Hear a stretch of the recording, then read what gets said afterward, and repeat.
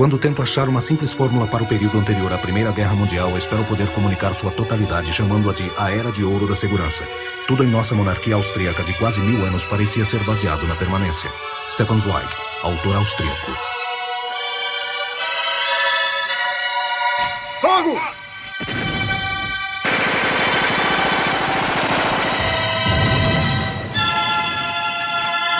Campo de batalha. Primeira Guerra Mundial, 1914-1918. Episódio 1. Conflitos de Impérios, Europa, 1914.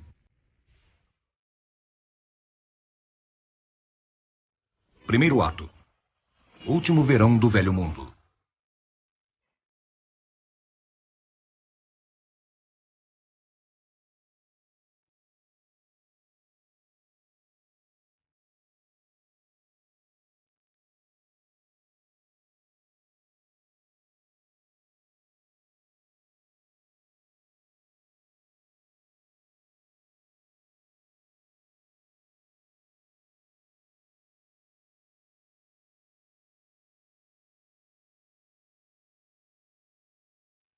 Era o último verão antes da Primeira Guerra. O último verão do Velho Mundo.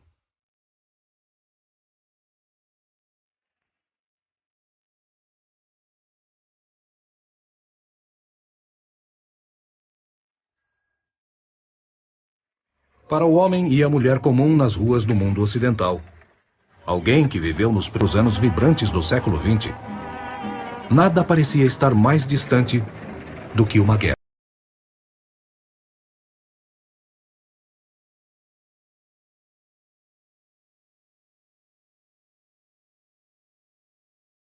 Nestes anos, homens que sonhavam com aventuras de campos de batalha teriam muita dificuldade em encontrar uma guerra para participar. Em 1901, e nos 13 anos que se seguiram, os povos da Europa Ocidental e os da América de língua inglesa tornavam-se grandes consumidores ao invés de guerreiros. Automóveis, motocicletas, dirigíveis, trens elétricos e submarinos, novidades para suprir o crescente tempo livre.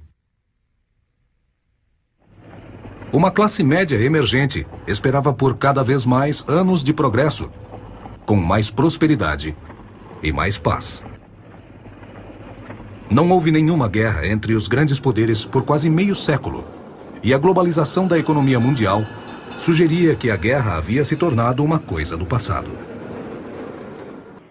A maior parte do quarto final do século XX foi gasto recuperando terras perdidas nos 75 anos anteriores. A mistura e interdependência econômica eram poderosas tendências que faziam parecer que uma guerra entre os grandes poderes da Europa tornara-se impraticável e realmente obsoleta. No mundo ocidental, as pessoas comuns não tinham nenhuma apreensão sobre um possível conflito. Havia líderes que se preocupavam, mas no inverno e primavera de 1914, nem mesmo eles esperavam que uma guerra fosse explodir naquele verão. A França queria retomar os territórios tomados pela Alemanha algumas décadas antes. Mas aqueles em boa posição para julgar tinham certeza de que a França não começaria uma guerra para reaver os territórios. O primeiro-ministro russo reportou ao czar no dia 13 de dezembro de 1913. Todos os homens de Estado da França querem silêncio e paz. Eles estão dispostos a trabalhar com os alemães. Não havia dúvida de que no final de 1913, as relações franco-alemãs estavam em melhores situações do que estiveram há anos. A Alemanha tinha medo de uma possível guerra contra a Rússia, mas no inverno de 1914 eles sabiam que o exército do czar não tinha condições de travar uma guerra e não teria por muitos anos.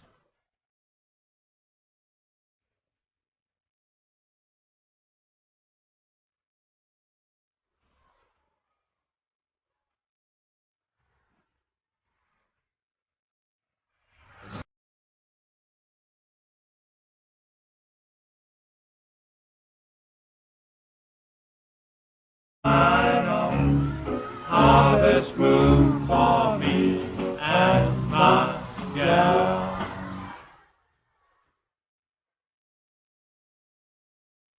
Os últimos dias daquele glorioso verão em junho de 1914 transcorriam normalmente, até que veio a tempestade, atingidos por um raio, que eles erroneamente acreditaram ter vindo do nada.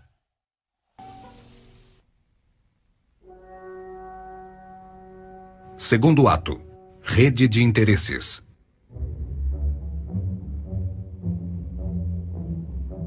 A rota que levou os grandes poderes da Europa à guerra em 1914 era longa e traiçoeira, com muitos fatores, levando-os a conflitos armados.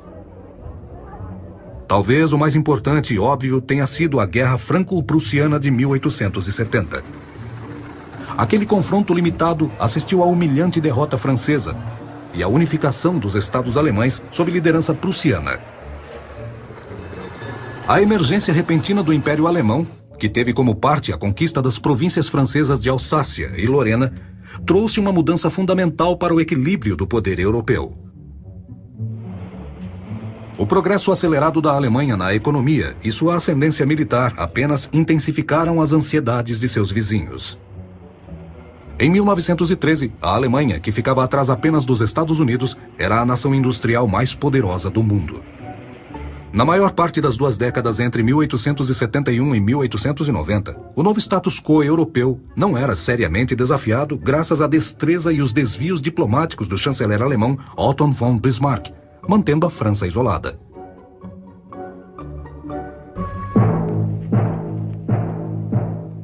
Quando Bismarck deixou o ofício em 1890, não demorou muito para uma série de correntes imprevisíveis começarem a desgastar a fundação de seu cuidadosamente construído sistema continental.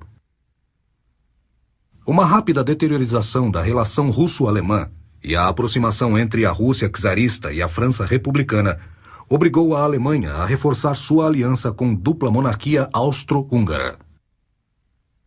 Esta aliança garantia que ela tivesse um aliado no leste.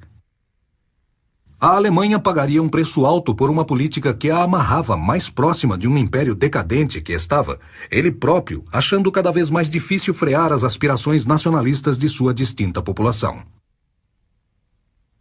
A situação potencialmente explosiva nos Balcãs ficou mais perigosa com o declínio da influência turca no local. Procurando explorar tais oportunidades, a Áustria e a Rússia embarcaram cada uma em uma trajetória que só poderia terminar em confronto.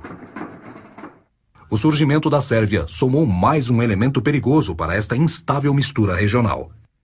A Sérvia ficara furiosa com a Áustria pela anexação da Bósnia e Herzegovina em 1908. Por outro lado, a Sérvia ganhou influência e territórios como resultado da Guerra dos Balcãs de 1912 e 1913, deixando a Áustria muito irritada.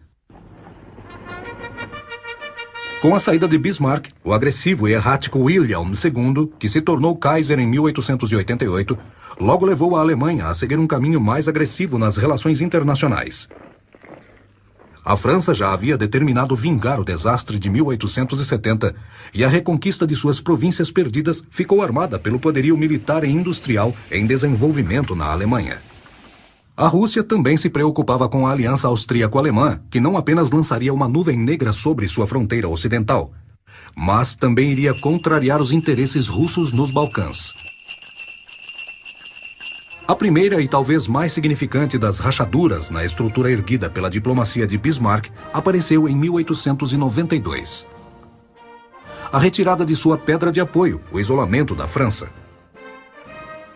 Naquele ano, Rússia e França concluíram um acordo militar reforçado por conversas adicionais em 1893 e 94, pelo qual cada um prometeu socorrer o outro caso fossem atacados pela Alemanha. A mudança da Realpolitik de Bismarck para a Weltpolitik do Kaiser Wilhelm II acabou por forçar os britânicos a repensarem suas relações com os outros líderes da Europa e do mundo. A Grã-Bretanha era relativamente amigável com a Alemanha pela maior parte do último quarto do século XIX. Mesmo porque a filha mais velha da rainha Victoria era casada com o príncipe alemão Frederick, que assumiu o trono imperial em março de 1888. Frederick morreu de câncer após reinar por apenas 3 meses. E a ascensão de seu filho alienado William II trouxe nova competição com a Grã-Bretanha por colônias e mercados estrangeiros, enquanto o novo Kaiser procurava status de poder mundial para a Alemanha. Suas primeiras palavras como Kaiser não foram para o público, mas sim direcionadas para o exército. Nós pertencemos um ao outro, eu e o exército. Nascemos um para o outro. Eu prometo sempre me lembrar que pesa sobre mim o olhar de meus ancestrais, e que um dia eu terei que me levantar perante eles e me responsabilizar pela honra e glória do exército.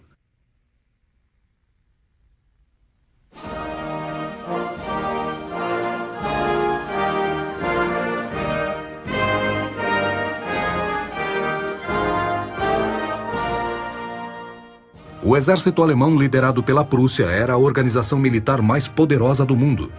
Mas foi a expansão naval alemã que desafiou a Grã-Bretanha. Nosso poder naval envolve a existência britânica. Se a nossa supremacia naval fosse pareada, todas as fortunas de nossa raça e império iriam acabar e seriam tomadas de nós.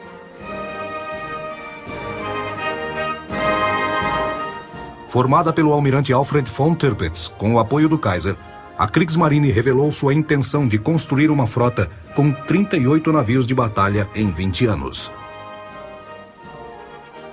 Lembrando que a Grã-Bretanha era o bloco mais perigoso para o crescimento alemão, Tirpitz viu a frota alemã como uma peça política que fortaleceria o seu país em relações exteriores.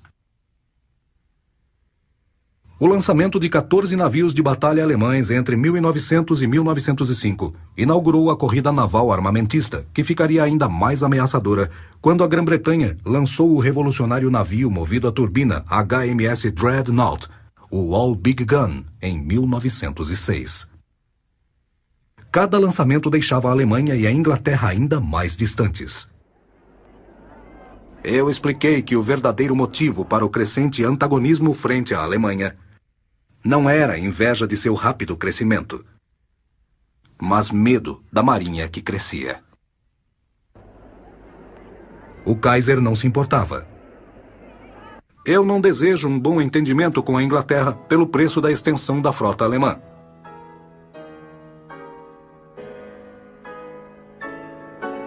A cobertura alemã para os Boers durante a Guerra Sul-Africana de 1899 a 1902 apressou o fim da política isolacionista inglesa. Em 1904, a Inglaterra assinou a Entente Cordial, que reforçou os laços diplomáticos e militares com sua tradicional rival, a França. Um entendimento similar foi atingido com a Rússia em 1907. Desta forma, antes do fim do século XIX, a Inglaterra balançava notavelmente em direção a uma aliança franco-russa. Os entendimentos com a França e a Rússia não constituíam acordos formais e tampouco comprometiam a Inglaterra irrevogavelmente a ir para a guerra em apoio a qualquer um dos poderes. Mas ela era moralmente ligada à França e Rússia contra os poderes centrais. Um inesperado incidente, envolvendo um ou mais destes países, poderia ser o estopim de uma explosão geral, que, por causa das alianças rivais, engoliria a todos. Terceiro ato. Não foi nada.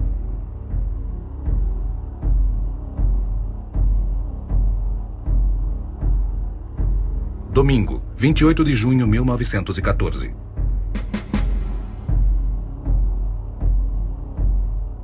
Pela manhã, o arquiduque Franz Ferdinand e sua esposa, Sophie, assistiam à missa em uma capela montada para eles em seu hotel. Deixando o hotel no subúrbio, eles pegaram um trem rumo a Sarajevo, uma viagem de meia hora.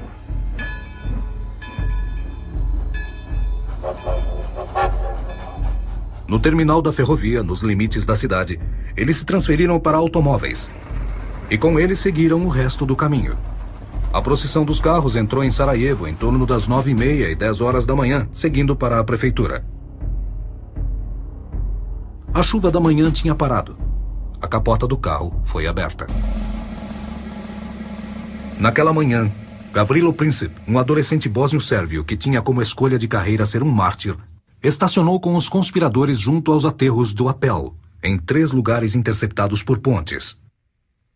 O veículo do arquiduque passaria, portanto, na frente de um punhado de assassinos nacionalistas.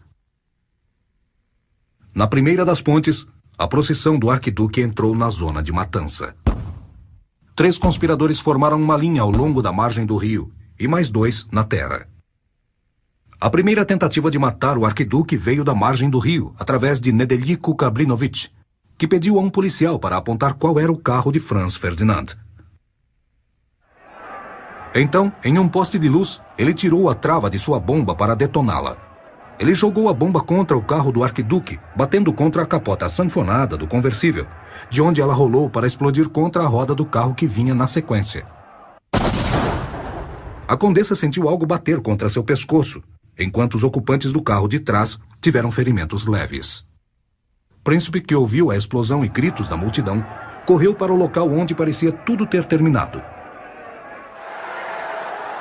Os policiais tinham Kabrinovich firmemente sob custódia e o estavam arrastando para a delegacia. Nenhum dos outros conspiradores foi encontrado. Sozinho, Príncipe voltou para o seu ponto inicial na margem do aterro do Apel, no que era chamada Ponte Latina. Ele atravessou a rua. Dos outros conspiradores, um estava tão apertado na multidão que não conseguiu tirar sua bomba do bolso. O segundo viu um policial parado junto a ele e achou que qualquer movimento seria arriscado demais. O terceiro sentiu pena da esposa do arquiduque e não fez nada. O quarto perdeu a paciência e foi para casa. Franz Ferdinand decidiu cancelar seus planos, o que fez com que sua procissão manobrasse por becos sinuosos em direção ao museu. Depois de uma parada na prefeitura para uma recepção e discursos, ele insistiu em ir até o hospital visitar o coronel Marise, levemente ferido no ataque. O motorista do carro da frente não foi avisado da mudança de planos e virou para as vias principais em direção ao museu. Quando o motorista do arquiduque percebeu o erro, parou o carro para ver qual o melhor caminho para voltar à rota do hospital. Eles estavam parados a menos de 1,5 metro do desanimado príncipe. Ele ficou estonteado com sua sorte repentina e rapidamente se agarrou àquela chance. Ele buscou a bomba em seu bolso, mas logo percebeu que, apertado na multidão, não conseguiria movimentar o braço para jogá-la no alvo. Então ele puxou sua pistola e deu 2 tiros a queima-roupa. O primeiro tiro acertou a jugular do arquiduque. O segundo tiro acertou a duquesa no abdômen, enquanto ela se levantava para socorrer seu marido. Príncipe virou a arma para si, mas foi contido do disparo por um espectador que o jogou no chão. A confusão seguiu conforme a multidão e a polícia batalhavam para pegar o assassino juvenil. Príncipe tentou se matar mais uma vez. Pegou em seu bolso uma cápsula e engoliu. O veneno era velho e não funcionou, fazendo apenas com que ele vomitasse. A multidão o cercou e começou a espancá-lo. A polícia o arrastou para longe da multidão. Enquanto isso, a limusine se apressou para pedir ajuda. Sophie querida, não morra, fique viva por nossas crianças, gritou Franz Ferdinand, e assim repetiu cada vez mais fraco. Não foi nada. Enquanto o socorro perguntava ansiosamente como se sentia. O primeiro tiro foi dado perto das 10h30. Sophie morreu às 10h45. O arquiduque morreu por volta das 11 horas. Não foi nada.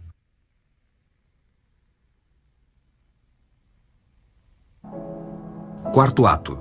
Agora ou nunca.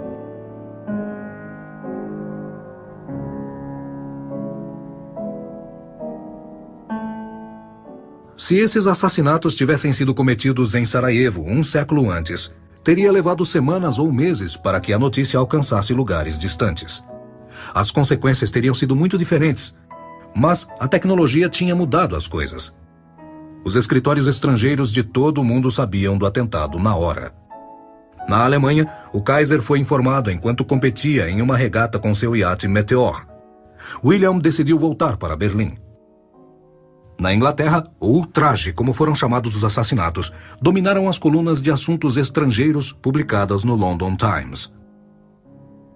Na França, na primeira reunião de gabinete desde os assassinatos, as mortes mal foram mencionadas.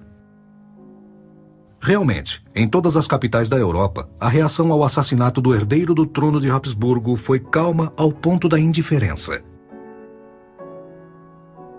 A verdade era que poucos na Áustria e Hungria sentiram a retirada de Franz Ferdinand do cenário.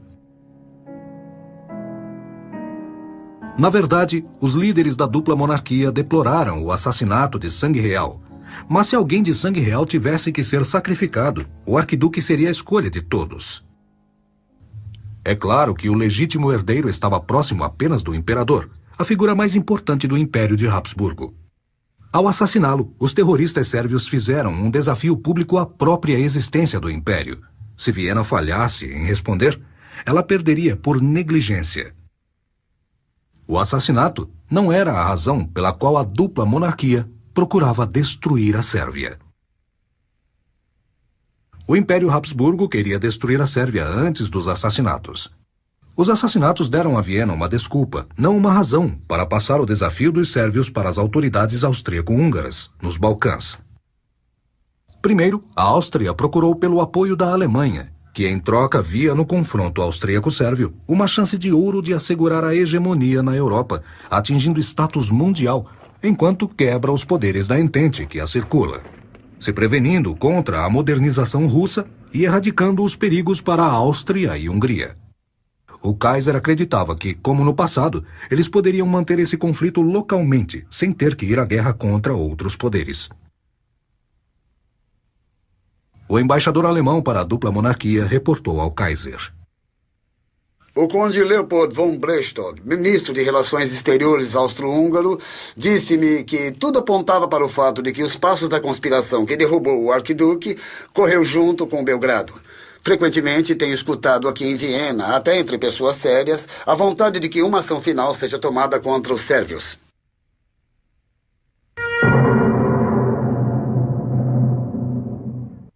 O Kaiser anotou na margem de sua cópia da notícia: agora ou nunca. 4 dias depois, 6 de julho, enviou uma mensagem ao imperador austríaco. O imperador Franz Josef pode descansar seguro de que Sua Majestade irá fielmente apoiar a Áustria e Hungria, como requisitado pelas obrigações de sua aliança e de sua antiga amizade.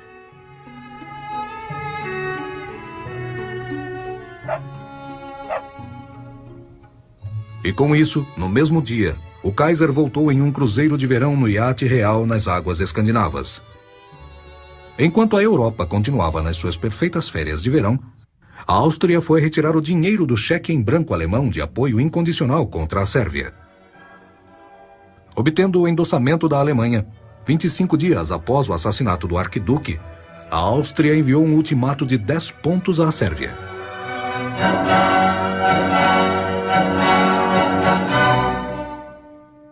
As figuras de liderança militar da Alemanha estavam viajando em julho, bem como o Kaiser, o chanceler e o secretário de Relações Estrangeiras. Depois que os austríacos marcaram uma data fixa para o seu ultimato, Berlim silenciosamente sinalizou para que seus líderes voltassem. E assim fizeram a partir do dia 23 de julho, retornando um por um para não criar um alvoroço. Começaram a debater o que fariam depois. Os mais altos líderes do exército alemão, chefe de estado Helmut von Moltke, ministro de guerra Erich von Falkenhayn e o chefe de gabinete militar Moritz von Haaren von Lincker, estavam entre os vários oficiais-chave debatendo as questões de guerra e paz depois da volta das férias. Para Moltke, os argumentos eram particularmente frustrantes, em parte porque os líderes civis não dividiam sua opinião nem seus objetivos, e em parte por não saberem o que ele sabia. Um oficial saxão que falou com o delegado de Moltke em 23 de julho reportou que ele teve a impressão de que o general do Estado-Maior ficaria satisfeito se a guerra começasse agora. Moltke não tinha medo de uma mobilização russa. Ele sinceramente a desejava. Moltke estava ciente de que o tempo estava se esgotando para o seu país.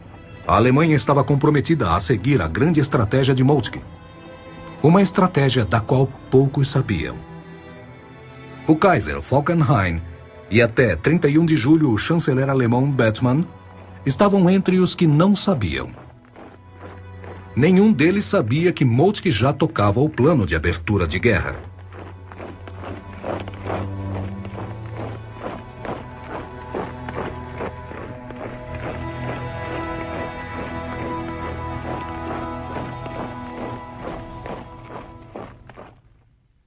No dia 25 de julho, a Sérvia aceitou 9 dos pontos, mas rejeitou em partes a demanda de que oficiais austríacos estivessem envolvidos na investigação do assassinato, declarando a interferência como um desafio à sua soberania.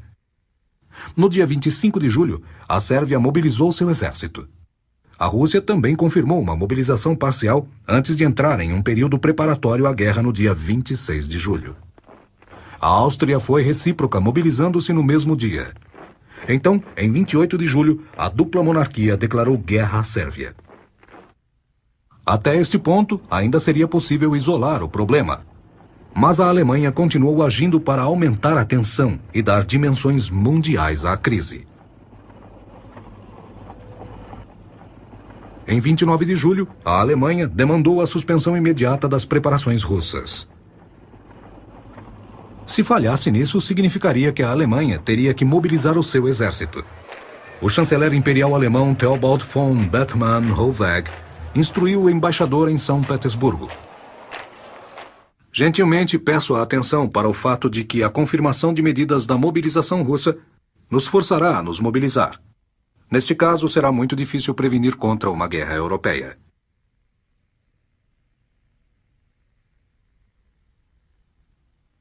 A Rússia não podia consentir submissa sobre a destruição da soberania sérvia ou deixar a influência austríaca no leste e sudeste europeu crescer. Consequentemente, em 30 de julho, a Rússia ordenou uma mobilização geral para apoiar a Sérvia. A mobilização russa começou no dia seguinte, mas não foi o precursor inevitável da guerra. Suas forças poderiam ser necessário ter ficado em seu próprio território por semanas, enquanto as negociações procediam. As ações alemãs aumentaram as tensões.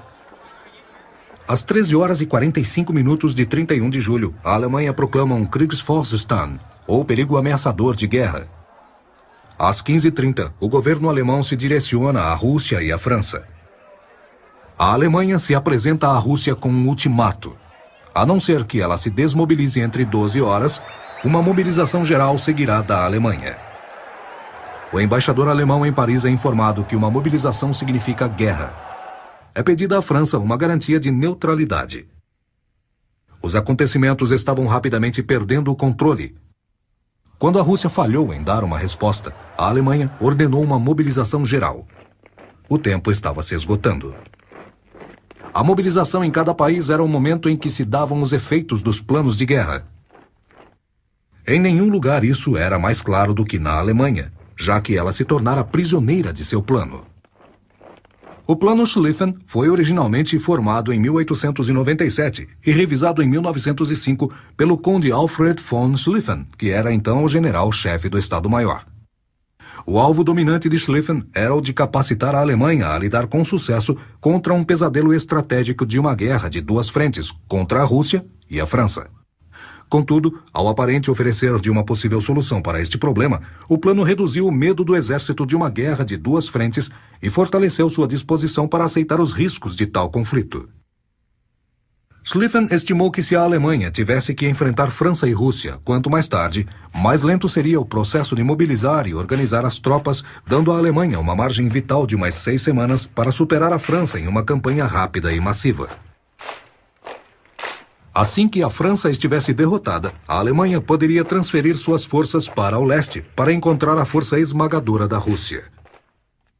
Havia o perigo, entretanto, de que a fortaleza no nordeste francês pudesse atrasar o exército francês, enfraquecendo a ofensiva no oeste. Então, Schlieffen resolveu que as forças alemãs teriam que atravessar uma estreita faixa do território holandês, conhecido como Apêndice de Maastricht, depois descer para a Bélgica, pisoteando a neutralidade antes de se dirigir ao noroeste francês. O papel central foi dado a 5 exércitos organizados entre Metz e a Holanda, totalizando um geral de 35 corporações. As forças mais poderosas foram alocadas à extrema asa direita da ofensiva. Esperava-se que um destes exércitos fosse entrar a oeste de Paris em direção oposta a um movimento colossal para encontrar o exército francês por trás, antes de encurralá-lo contra a sua própria fronteira. O coronel-general Helmut von Moltke, sucessor de Schlieffen, fez várias alterações chaves ao plano original entre 1906 e 1914. Embora fosse um oficial assíduo e diligente, Moltke também era introspectivo e sofria de baixa autoconfiança. Ele enfraqueceu a frota da direita e abandonou a movimentação pela Holanda. Estas decisões se provariam infelizes. Em 1º de agosto, a Alemanha não podia mais esperar por uma resposta do czar e declarou guerra à Rússia. Honrando seu acordo com a Rússia, a França mobilizou-se, pôs a rodar as peças remanescentes da maquinária das alianças europeias. Em 2 de agosto, a Alemanha deu um ultimato à Bélgica, insistindo pelo direito de passar por seu território. Os belgas não demoraram para responder não. No dia seguinte, a Alemanha declarou guerra à França. A declaração francesa de guerra seguiu rapidamente. Cedo, em 4 de agosto, as forças alemãs cruzaram as fronteiras da Bélgica. A força do exército alemão nesta área era impressionante. O primeiro exército do coronel-general Alexander von Kluck, na extrema-direita, numerava 320 mil tropas. O segundo exército vizinho, sob comando do coronel-general Karl von Bülow, e o terceiro exército, comandado pelo general Max von Hausen, tinham respectivamente 260 mil e 180 mil tropas. A invasão do território belga trouxe o último grande jogador ao conflito à Grã-Bretanha, Sir Edward Grey, secretário estrangeiro em 1914. Eu peço ao Parlamento que, do ponto de vista dos interesses britânicos, considerem o que está em questão. Se a França for derrotada, se em uma crise como está nós fugirmos de nossas obrigações de honra e interesse em relação ao Tratado Belga, nós devemos sacrificar nosso respeito, nome, reputação perante o mundo. E não escaparemos das mais graves e sérias consequências econômicas.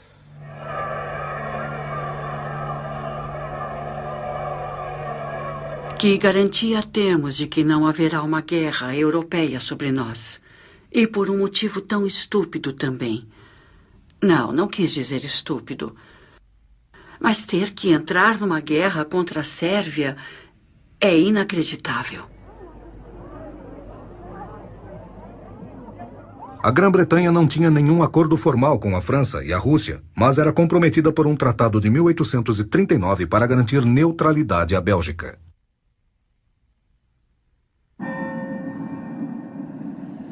Chegou a hora.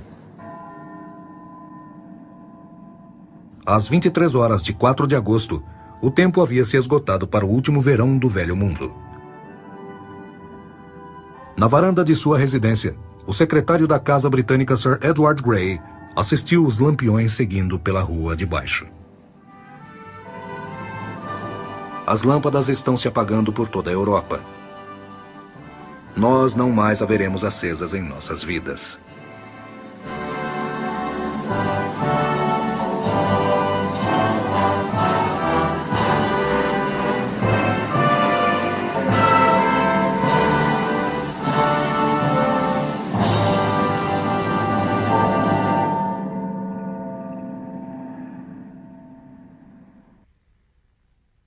Em memória de Diane Dorkin.